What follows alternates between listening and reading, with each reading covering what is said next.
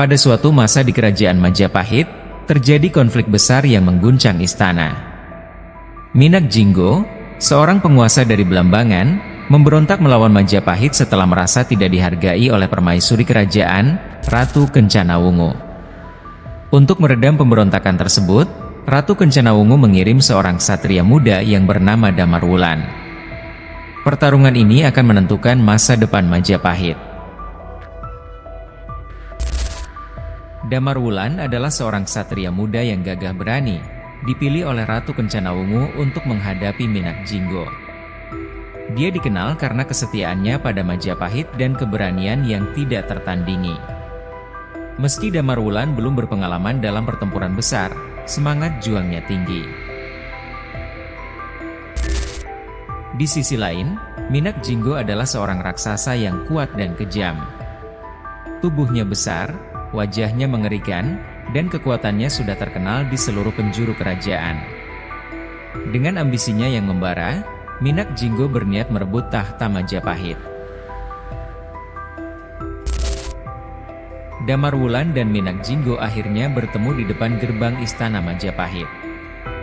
Langit kelam, angin bertiup kencang, seakan alam pun ikut tegang menyaksikan pertemuan ini.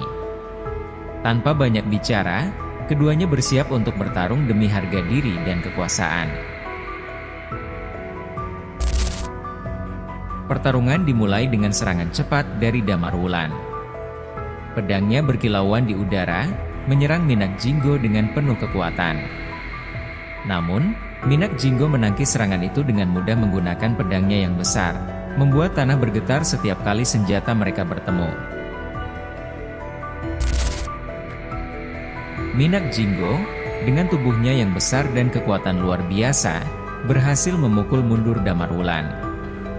Setiap pukulannya bagaikan palu raksasa yang menghantam tanpa ampun, membuat Damarwulan terhuyung-huyung mundur. Namun, tekad Damarwulan tetap kuat. Menyadari bahwa kekuatan fisik Minak Jinggo tak tertandingi, Damarwulan mulai menggunakan kecerdikan. Dia menghindari serangan langsung dan menyerang dari sisi yang tidak terduga, memanfaatkan kecepatan dan ketangkasannya untuk mengganggu ritme Minak Jinggo. Dalam klimaks pertempuran, keduanya melancarkan serangan terakhir dengan segenap tenaga. Pedang Damarwulan dan Minak Jinggo bertemu di udara, menciptakan ledakan energi yang luar biasa, seolah-olah dunia berhenti sesaat.